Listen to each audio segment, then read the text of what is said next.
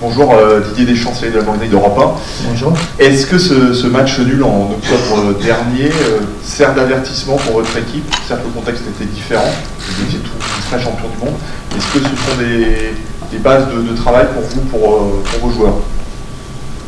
C'est la vérité de ce match-là, de par le contexte, mais bon, c'est pas une excuse. Une équipe qui a joué, même si c'était un match amical, à fond, nous on n'y était pas, donc ils nous ont fait mal. On a réussi malgré tout à arracher un match nul sur la fin, mais j'avais pas de doute en octobre. Je sais très bien la qualité de cette équipe islandaise. Je m'attends pas à moins demain, donc ce sera à nous. Et ça ne sera pas difficile par rapport à ces matchs à Guingamp au mois d'octobre d'être plus performants, mais c'est leur état d'esprit, c'est un peu dans leur ADN, c'est une équipe qui lâche rien, qui donne rien, donc voilà, on va avoir du répondant demain, ça c'est une évidence. Bonsoir Didier, Nicolas Payard, Oui. En quoi la victoire face à la Moldavie vendredi, ça peut aider à préparer ce match contre l'Islande? C'est toujours mieux de gagner pour la confiance, pour l'ambiance certainement extérieure aussi. C'était sur notre carnet de route de gagner en Moldavie. On a peu de temps, comme l'Islande a peu de temps aussi, puisqu'il n'y a que 3 jours entre les deux matchs, mais c'est bien, c'est mieux de gagner, mais je ne dis pas que 3 jours après, ça se passe de la même façon, mais c'est à nous de faire en sorte qu'on obtienne le même résultat demain soir. Bonjour. Oui. Parisien. Vous avez l'habitude de dire aux joueurs quand ça ne va pas. Est-ce que l'attitude de Kylian Mbappé en Moldavie vous a plu ou déplu, et est-ce que vous l'avez dit? L'attitude, non, il n'y a rien qui m'a déplu de Kylian. Non, je leur dis les choses, mais non, je n'ai rien vu de particulier par rapport à Kylian ou à qui que ce soit dans les intentions et la détermination. Après qu'on n'ait pas tout réussi, même si on a réussi beaucoup de choses, donc non, rien à signaler de mon côté. Bonsoir Didier, sur ta droite, Jean-Henri Seguier, RMC Sport. Est-ce que tu as l'assurance aujourd'hui d'un point de vue physique que Samuel Umtiti est capable de tenir 2 matchs de ce niveau international après ses blessures?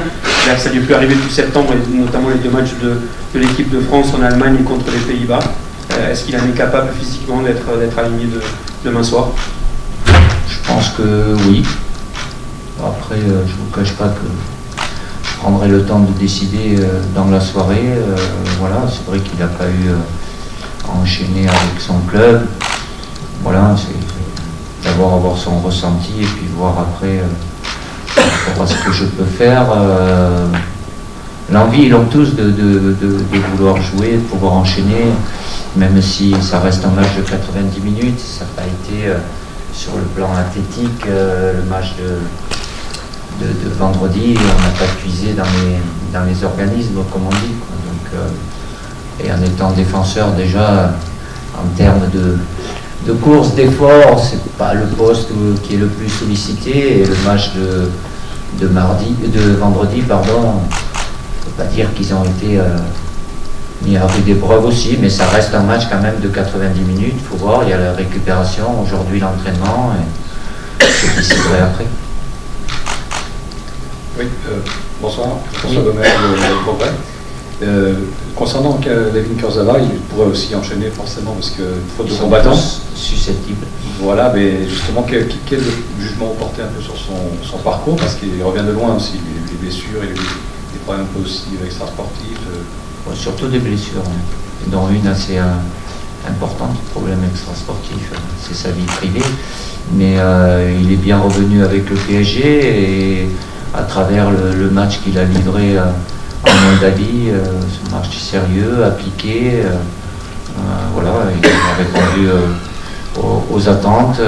Il a enchaîné déjà avec le PSG sur 2 rencontres consécutives, donc, mais il aura besoin de du temps de jeu pour retrouver son meilleur niveau, mais sur ce match-là, voilà, je dirais qu'il a fait un match maîtrisé sur les deux aspects défensif, offensif, même si offensif il était peut-être un peu freiné, mais voilà, il a bien maîtrisé son sujet. Bonsoir, Gafar Darouane pour la chaîne Coursa News. Quel conseil vous donnez à un joueur pour le match demain soir? Et est-ce que ce match il est différent avec l'autre match du mois octobre dernier? Je peux te conseiller, après c'est faire en sorte à travers l'analyse qu'on a de l'adversaire, de leur donner toutes les informations sur l'aspect défensif, offensif. Oui, il sera différent parce que le contexte est différent, mais beaucoup des joueurs qui étaient là au mois d'octobre seront là aussi. Chaque match a sa vérité, c'est pas forcément le même contenu, le même résultat. À nous on sait très bien pourquoi on est là, c'est notre deuxième match, de pouvoir enchaîner et prendre 3 points de plus. Bonjour Didier Deschamps, Isabelle Grasset, l'Infosport 75. Je voulais savoir comment vous faites pour garder l'esprit collectif des joueurs, tout en sachant qu'il y en a qui font partie du PSG, de l'OM, de Manchester United. Comment ça se passe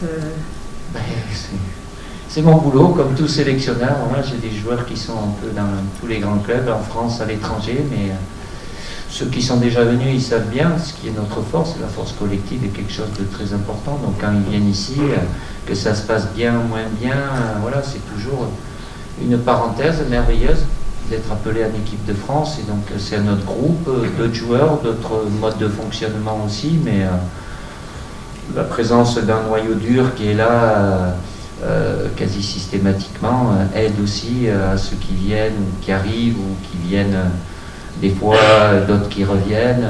Voilà, c'est toujours un privilège. Donc même si je fais en sorte avec mon staff d'avoir toujours des rappels par rapport à ça, mise en garde s'il y a besoin, les alerter, mais ils savent ce qui a fait notre force et qui doit continuer de l'être. C'est un match de compétition et on abordera ce match avec beaucoup de sérieux et d'application, comme ça a été le cas face à la Moldavie, et puis avec l'ambition de gagner. Gafar Darouane, ici. Gafar Darouane pour la chaîne Coursa News. Vous avez dit que ce match il est différent d'un petit peu. Quelle est la différence pour vous